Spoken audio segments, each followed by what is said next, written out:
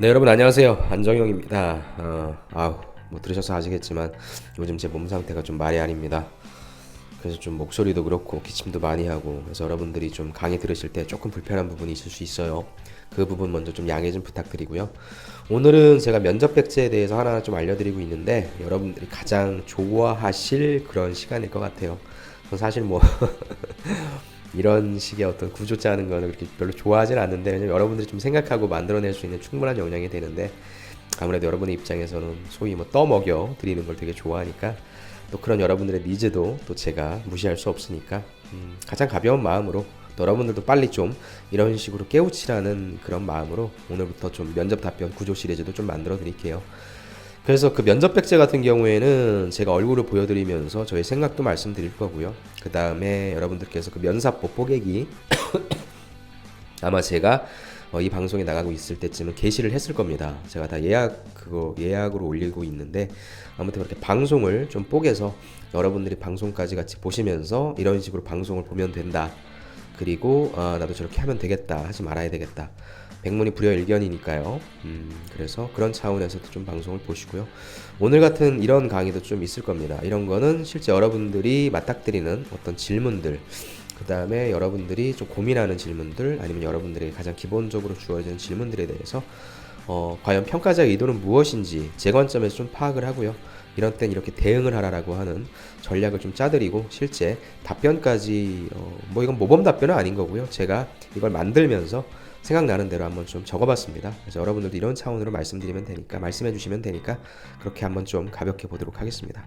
첫 번째 시리즈네요. 사실 제가 작년 하반기 때 상황 면접을 이렇게 좀 해드렸었는데, 그 부분도 추가적으로 아마 상황 면접을 여러분들이 어려워하시니까 그것도 제가 올해 상반기 버전으로 조금 더 뭐 업그레이드 할 수 있다거나 하면 뭐 다시 한번 또 올려드리도록 할 텐데, 일단 상황 면접에 관련해서 도움 받고 싶으신 분들은 그 편을 좀 한번 살펴봐 주시기 바랍니다.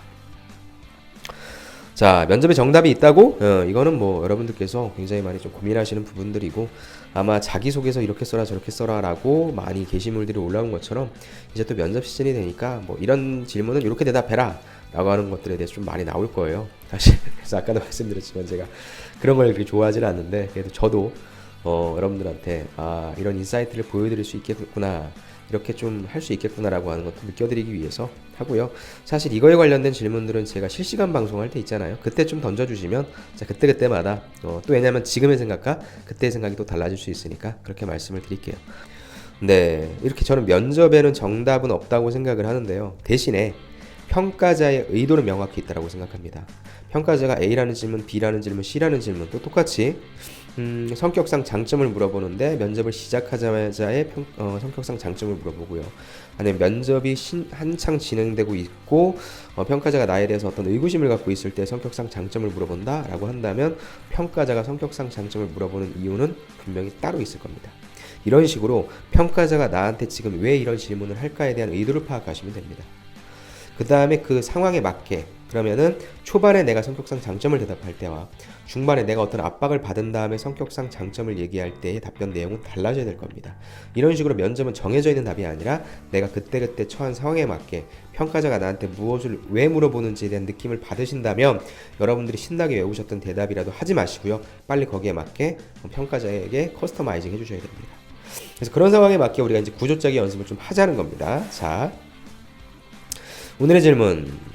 제가 봤을 때 땡땡땡 씨는 영업보다 회계가 죄송합니다. 영업보다 회계가 더 잘 어울릴 것 같은데요. 라고 얘기해서, 여기 출처 보이시나요? 2019년 실제 사례입니다.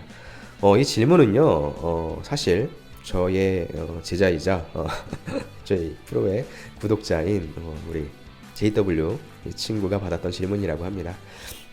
제가 외모 본다고 얘기했었죠. 그리고 피처링으로 JW 했는데, 그 친구가 지금 진행하고 있는 기업 합격을 최종적으로 한 회사에 합격을 했습니다. 최종 합격을 했습니다. 제가 최종 합격을 할 거라고 후원 상담을 했고요. 아무튼 그 친구 같은 경우에는 지금 또 이 방송을 보고 있을 거고, 저한테 이걸 카톡으로 질문이 왔어요. 이 질문을 많이 받았대요, 실제 면접을 볼 때.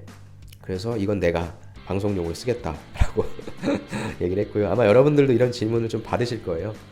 그래서 우리 JW는 도대체 어떤 이미지길래 저렇게 극찬을 했는지 본인의 사진을 공개하시고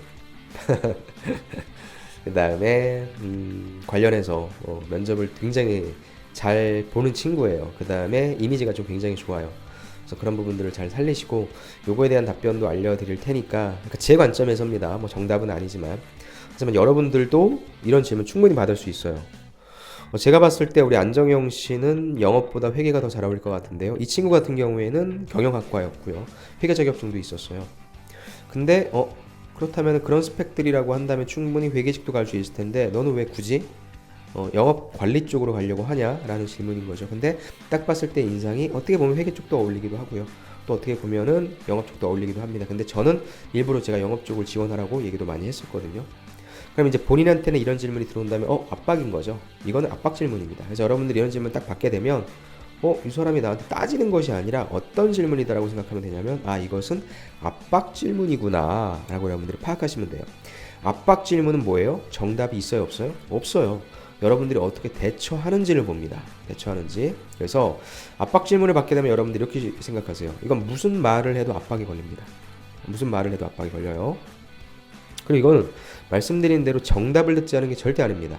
바로 여러분들이 어떻게 빠져나가는지 여러분들의 태도를 보자고 하는 것이니까, 여러분들이 어찌됐건 나의 논리를 얘기할 때 조금 더 면접관한테, 죄송합니다, 개기지 말고 조금 더 면접관하고 좀 대화하면서, 그래 면접관아 네 생각도 맞는데 나는 이런 점 때문에 이걸 지원한단다 라고 차근차근 얘기해주고, 우쭈쭈쭈 그래 네 말도 맞아, 하지만 나는 이게 더 좋아 라고 조금 얘기를 해주자, 이런 거죠. 그 대답 전략은 저는 이렇게 갔으면 좋겠어요. 최대한 압박은 덜 걸리자. 압박은 덜 걸리자. 내용은 아다르고 어다릅니다. 예 면접관님, 근데 저는 영업이 더 좋아요 라기보다는 네 면접관님 그렇게 생각하실 수 있습니다. 하지만 저는 이러이러한 이유로 영업이 더 좋습니다. 제가 누누이 말씀드리죠, 여러분들. yes but 화법은 yes, 먼저 상대방의 말을 인정해줘, 그 다음에 내가 하고 싶은 말을 해 라고 하는 걸 토론 면접에서만 쓰지 마시고 일반 면접에서 사용하셔야 돼요. 여러분들이 하는 말 중에, 은연중에 아니요 되게 많다고요. 면접관은 그럼 사람이기 때문에 기분이 나쁠 수밖에 없어요. 겉으로는 괜찮습니다 하지만 자꾸 반박하네. 그게 여러분들의 태도라니까요. 그래서 이렇게 어법을 바꾸시면 여러분들 나중에 회사 생활했을 때 굉장히 편해요. 아무튼 예스 버다법을 가져오자라고요. 그게 내용이 아다르고 어다릅니다. 일단 말하는 태도, 그게 아닙니다. 내 고집이 세다, 내 말이 옳다라고 여러분들 직접적으로 얘기한다라기보단, 면접은 여러분들을 보고 뽑으니까 어떻게 해요? 약간 상냥하게 얘기해줘요. 네 말도 맞아, 나 이렇게 생각하거든, 이거에 대해서 어떻게 생각하니? 라고 또 부드럽게 토스를 해버리는 거죠. 오케이? 그래서 세 번째 이그젬플, 제가 원래 여기까지 안 만들어 드리는데 우리 구독자분들을 위해서 한번 만들어 봤습니다. 자, 면접관님 그렇게 보셨습니까? 라고 인정해 주는 거예요. 아무래도 네가 생각한 근기를 얘기해 주는 거죠. 아무래도 제가 관련학과, 경영학과라고 했잖아요. 그 다음에 회계, 세무 자격증을 가지고 있어서 그렇게 보신 것 같습니다 라고 먼저 상대방을 인정해 주자. 그 다음 어떻게 때려줘요? 물론 저는 회계도 좋아합니다. 회계도 좋아해요. 인정해 줘! 하지만 숫자의 의미를 알기 위해 저는 제가 지원한 이 기업에서 꼭 필요한 부분은 매출이 어떻게 만들어지는지를 파악하는 것이 중요하다고 생각합니다. 왜? 결국에는 이쪽도 소비재거든요. 어찌됐건 B2C, B2B도 B2B, B2C를 다 하는 기업이지만 제일 중요한 건 뭐예요? 내가 경영지원 쪽에서 원가 절감을 되게 많이 죄송합니다. 경영지원 쪽에서 원가 절감을 많이 하는 것도 중요해. 하지만 회사가 먹고 살려고 한다면 제품과 서비스를 많이 팔아야 되잖아. 나는 실제 매출이 어떻게 이루어지는지, 어떻게 하면 매출을 더 잘 일으킬 수 있는지에 대한 현장에 대한 부분을 궁금하고 고민해보고 싶어. 그걸 이렇게 얘기하는 거죠. 나는 매출이 어떻게 만들어지는지 그 부분부터 파악하고 싶습니다. 그래서 먼저 매출이 어떻게 만들어지는지에 대해서 알 수 있는 영업 경험을 좀 해보고 싶습니다. 또한 영업관리에 있어서 면접관님께서 말씀하신 것처럼 이런 기본적인 회계 지식 굉장히 큰 무기가 돼. 왜? 결국 영업관리는 매출관리거든. 숫자를 제대로 만들어낼 수 있어야 되고 숫자에 대한 의미를 제대로 알아야 돼. 회계라고 하는 것은 그러한 A, B팀, C팀, E팀에서 전사의 그런 자료들을 취합해서 가계부를 쓰는 거지만, 일단 그런 기본적인 회계 능력을 가지고 내가 맡은 매출, 영업, 거래처의 숫자를 한번 제대로 만들어 볼게. 어떤 부분에서 빵꾸가 났고 어떤 부분을 더 채워야 되고 어떤 부분에 경쟁력이 있는지를 내가 숫자를 가지고 파악을 해서 그래서 더 의미 있는 숫자를 만들어낼게. 숫자에 대한 작은 숫자 의미부터 내가 채울게 라는 의미로 던진다는 거죠. 그게 내가 기본적인 회계 지식을 알고 있기 때문에 다른 그냥 말하는 거 좋아해서요, 사람들과의 관계 좋아해서요, 이런 것 때문에 영업관리 지원하는 애들과는 달리 나는 추가적으로 회계 지식도 있으니까 나는 걔네들이 갖고 있는 이런 것도 충분히 갖고 있거든. 난 플러스 알파의 역량이 있으니까 여기 지원하는 거야 라고 던져주는 거죠. 그래서 현장에서 숫자의 의미를 좀 제대로 파악을 할게. 그 다음에 더욱더 전문적인 노력도 할게. 그래서 재무의 회계직의 기회도 얻도록 노력해보고 싶다. 까지 마요. 죄송합니다. 깐다고 해서. 면접관의 말에 반박하지 마요. 싫어가 아니라 나한테 이런 좋은 제안을 해주다니 고마워. 근데 일단 현장에서 경험 충분히 쌓은 다음에 숫자 의미를 안 다음에 더 추가적인 공부라고 하지 마세요. 노력이라고 하세요. 추가적인 노력한 다음에 재무 회계직의 기회도 얻도록 더욱더 노력하겠습니다. 그럼 일단 면접관의 말 인정해줬고 내가 하고 싶은 얘기 했고 다시 한번 면접관의 말 인정해줬으니까 얼마나 부드럽습니까? 그리고 던지란 거예요. 면접관도 하는 얘기가 있겠죠. 아 그래요? 면접관의 입장에서는 얘 봐라. 결국에 정답은 없는 겁니다. 예 면접관님 제가 사실 재무회계직을 지원하고 싶었는데 경쟁력이 높을 것 같아서 일단 많이 뽑는 영업직에 지원했습니다. 이런 상관없어요. 하지만 면접관 평가자가 느끼기에 그런 말이 어떤 식으로 들어오겠냐는 거죠. 이해되시죠? 아다르고 어다르게 이 말입니다. 아다르고 어다르게 이런 식으로 부드러운 커뮤니케이션이 굉장히 중요해요. 여러분들 이런 식으로 저 같으면 쳐줄 것 같아요.